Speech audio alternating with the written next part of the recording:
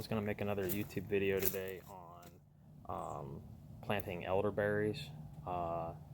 So far, we've grown quite a few blueberries and some raspberries, and I got a site that I don't really have a good use for it, and I think the elderberries and raspberries and stuff would do very well here. So stay tuned here, I'll be right back. Okay, so right here's the site. It's kind of on a hill. It's a slight incline down through here. It's right behind our garage and a fence. It does get quite a bit of sun through here, but not like full sun. But it seems to be. If I walk down through here, this is approximately 80 feet long here. Once we get down here, though, I planted some raspberries just earlier this year, and they produced pretty well this year, and they even spread. So those are them right there. Right now we're in November in zone 6A in Ohio. It's more the northern part, and they're starting to go dormant here for the season. And I got some blueberries down through here that we planted too. I've had these a couple years now. I had to fence it off because our dog likes to pee on stuff, so he killed a couple of them, and I had to replant a few. So that's why these couple right here are a little sparse. So yeah, that's what we're gonna do today. I put some mulch down. Now you will add that usually some of these plants, especially the blueberries, need more acidic soil. So that's all. Let me go on the other side of that fence. That's all pine chips that we ground up, ran through a chipper, and just dumped them over there. And then on top of that, they're right underneath some Norway spruce. So yeah, they get quite a bit of acidity. Every so often I'll do a soil test on them to assure that they're at the right pH. This is where we're going to plant. We got red raspberries here, it's a couple different varieties. We got the blueberries down there close to the orchard. We're going to plant some black raspberries in here, and I'll do a video on that when we do that. And then I was going to plant some elderberries down here. So let me get the dig in here, get the plants out, and go over what we're going to be doing and go from there. So here I just spaced them out. I got mine set at every 8 feet down through there. And these things, you could probably propagate them as they spread. I don't know if you can collect the seeds or how that works out, but anyways, they spread pretty quickly. So yeah, I got them on 8-foot centers. I've heard anywhere from 5 to 10 feet. So whatever suits you best. I'm giving them a little bit more room here, just so they can spread out a little bit more and kind of shade out some of these weeds that we get down through here. And it'll pretty much choke all that stuff out after they get full grown. And then I'm going to leave some more space between our other raspberries and our elderberries to plant some blackberries. So yeah, I'll get planting here and set you down here so you can see what I'm doing.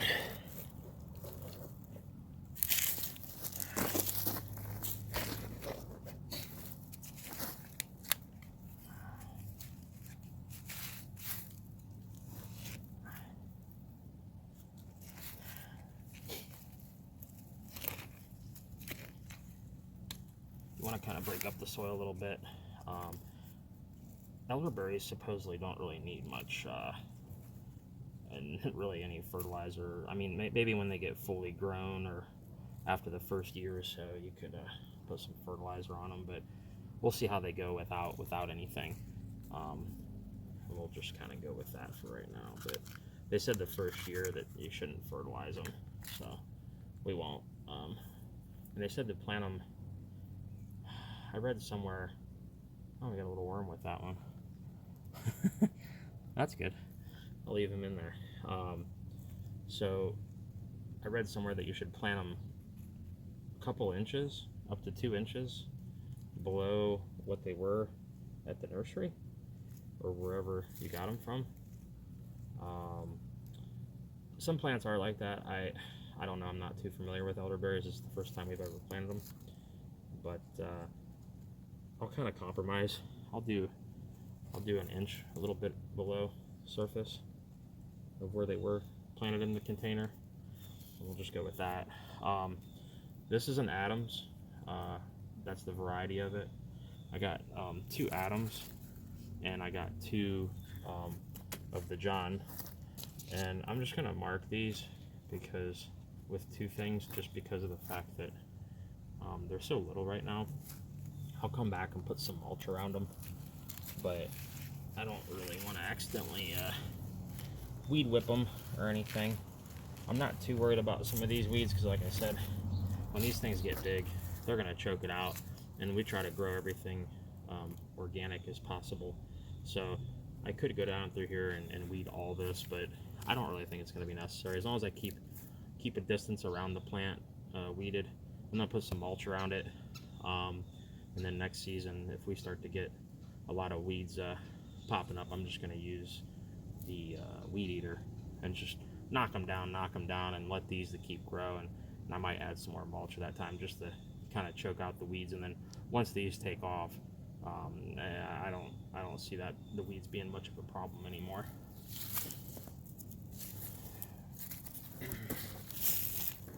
So we'll go down through here and plant a couple more.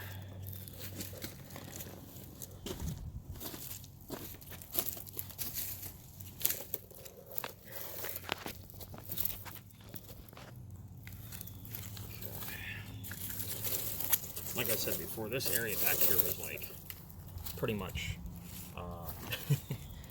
not a whole lot going on back here. It was mostly just weeds and things of that nature, just stuff growing in from the birds pooping and the neighbor stuff growing under the fence and ivy and things like that. It's just that's pretty much all that was back here.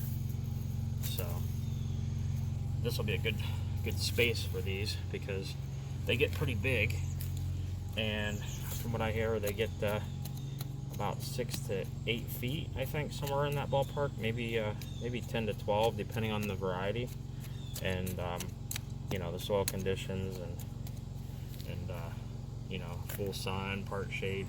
You don't really want to get them in full shade, and you don't supposedly want to get them in full sun. I don't know how well they do, but on the thing, on the package, it said you know, partial they would do best, and that's kind of what we get back here. We get a little bit in the morning, and then we get a little bit in the evening back here. So that's kind of, I figure instead of letting a bunch of weeds grow back here, it'd be nice to have some food, and you can make a lot of stuff out of them. I gotta do some more research on how all the different things you can make with these, but they're supposed to have a lot of good health benefits on all the different things you can make, so I'm pretty excited about that. I've never had elderberries, so I've never planted them, I've never managed them, and I've never eaten any of them either. So this will be new to our family, which will be pretty cool. It's always nice to try something new and you know, branch out of your comfort zone. And sometimes you can always find something really good that you've been missing. So I'll mark it with that little flag here. Don't want the kids or the wife or even myself to forget where they're at because they're so little. I was actually expecting a little bit bigger of a plant when I ordered them for the price. But hey, I don't know. I guess I'm thankful to get them. These other ones down here are a little bit bigger. I'll take you down here and show you these. These ones right here are pretty small. I mean, they're not that big at all. But I will take you down here and show you the other two. This one's a little bit bigger. I believe these are John. Let me double check here. Yeah, John's. I just wrote that to put them in there. They came with a little tag, but they were stuck to the pot. So when you plant them, you don't have a tag anymore. But these ones are a little bit bigger. I was pretty happy with those. They got at least a woody stem there. The other ones are still pretty green, so they're pretty young, but these ones are a little bit older. Maybe it's just the variety. Maybe these ones grow quicker. Maybe they're the same age. I have no idea. But I'll clear out a small spot here for him to go. And get the camera set down there.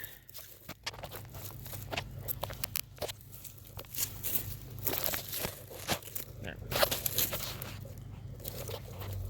Like I said, we're planting on a hill here, so it's not too steep, but it's steep enough. Okay.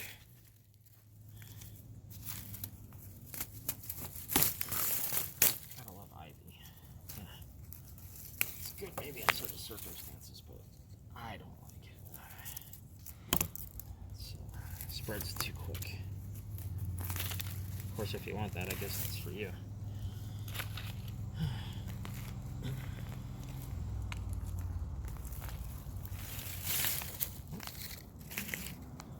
The hill kind of gets a little steeper as we go down through here, so that's another little bit of a thing. Like, I figured this area back here, you don't really use it for a whole. I mean, we haven't really used it for anything. I'd be curious to see how these do. I'm used to at least getting some good organic material put in there. Some chicken manure and some compost, but they said, just get them in the ground and they'll do fine. They're pretty native from what I hear. They grow pretty good, so we'll just get that in there. It's always a satisfying feeling to plant stuff. I don't know. You gotta, if you've never planted anything, get out there and get your hands a little dirty and plant, because it's a good feeling. Kind of give it a little patting there. Like I said, I got some water. We'll water these in a little bit, and then we'll give them some mulch, and then we'll have to fence them off because of the our dog. He's a Doberman, and he likes to raise his leg on just about everything. So if you like this video, I got one more here to plant. But if you like it, let me know down in the comments, and I'll get back here with you. We'll get some mulch and water them, and they'll be off to a good start. Okay, I'm just going to give each one just a little bit of water. I had them soaking a little bit for a couple hours in some trays that don't have any holes in them. I just put the pot in there and let them kind of wick the water up through. It's a real good way to kind of water them. But I'll go down through here and give each one a little bit just to kind of set the soil in around the roots and get that oxygen out of there so we can hopefully get them to survive through winter here. So you can see some of the water is kind of running away there. It's not ideal, but like I said, these things pretty much grow. From what I hear, they just about grow anywhere. So, which is really cool because it gave a good spot back here for this space. And we'll do an update video on them after a little while to see how they're doing. But let me go get some mulch and we'll get them some mulch on there.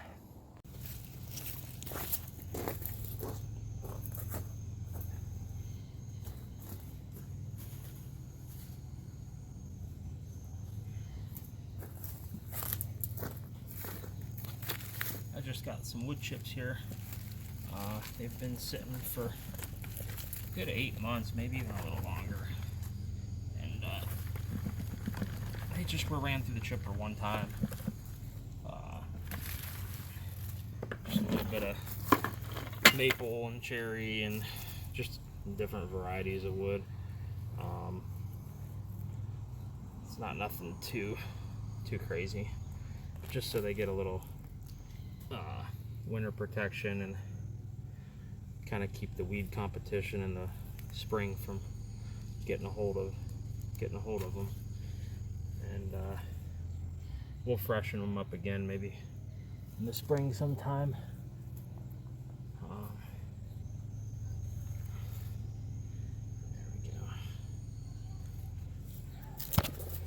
I got the rest of these. I just dumped a little bit of piles out there.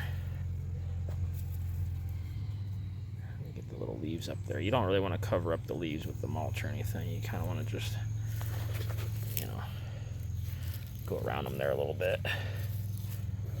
There we go. That should be good. Okay. And we got this one right here, and that one down there all done. I'll probably add a little bit more to that one right there, but other than that, they should be good. I'll check on them throughout the winter, make sure nothing's digging them up to eating them, you know, like squirrels, chipmunks, moles, or anything like that. And I got to put this little bit of fencing up here around these, kind of like I did down there with the blueberries. You don't really mess with the raspberries too much. They got too many prickers in them, so he doesn't mess with those. But these little plants right here, our dog would love to just pee on them. And that'll, over a period of time, that'll kill them. So you really don't want that. So I was going to go into a little detail on the fencing. Real simple stuff. It's not anything crazy. In the property that we bought next to us, there was approximately 16 acres or so there. In the barn, there were these, they look like old electric fence posts, like temporary ones or something back in the day. They work pretty well though, for what I'm using them for. So I found those, really anything. You can use rebar, zip ties, like you could zip tie this material to it. I have it on here, it's just, these are like little squares, and I just poked it around these insulator pieces, and then I just kind of hook it over top of the rebar like that. The only thing I will say about the rebar, you kind of got to, really any steel post you have in the ground, you got to be kind of careful. If you got kids or even yourself, adults, they trip and fall, they can land on that. So you could probably put a little, if you really wanted to, you could put like a tennis ball or something on that to help. That almost fell over there on my elderberry. You could help, you know, not impale yourself. But other than that, I mean, it's a really nice, cheap fencing. This stuff right here, it's just a black, I believe they call it like a, I want to say it's a geotextile. It's used for retaining walls and things like that. It's basically your tie back. Like the olden days, they would use the wooden like 6x6s, and they would it would keep the wall from falling over. You know, if it's not built right, it'll cave in. But this stuff right here, long story short, retaining wall places have it. You can really use anything. You can use the orange snow fence. You can, any cheap way to put up some fencing. If anyone knows any other cheaper ways, I just had this stuff laying around. I didn't want to go out to the store and buy anything.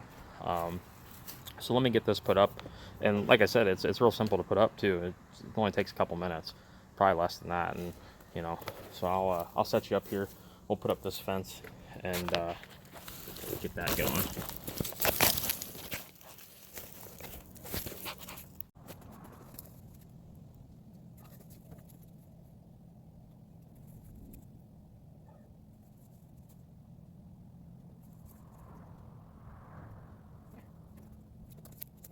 Now, another thing about this fencing is it's really just for our dog. Otherwise, I wouldn't put up any fencing because I already got a fence. And nothing's really going to eat these things, except for like little varmints and stuff. But, you know, if I need to hurry up and take it down, I can. It's not really like a big deal. I can just pop these back off, leave the stakes in the ground, weed whack, you know, around them. I'll put a little fresh mulch, and you're done. I mean, and when they get established, I probably won't have to do anything, and then at that point, I'll probably take down the fence, because these things will get kind of big and kind of branch out to where he can't really like pee at the base of the plant anymore. But we'll see. I mean, if it doesn't work out that way, I'll just leave up the fence. But for the most part, that's how it's usually worked out on most of the other stuff. So if you like the video, subscribe, give it a thumbs up, and I'll see if I can make some more good videos for you. Thanks.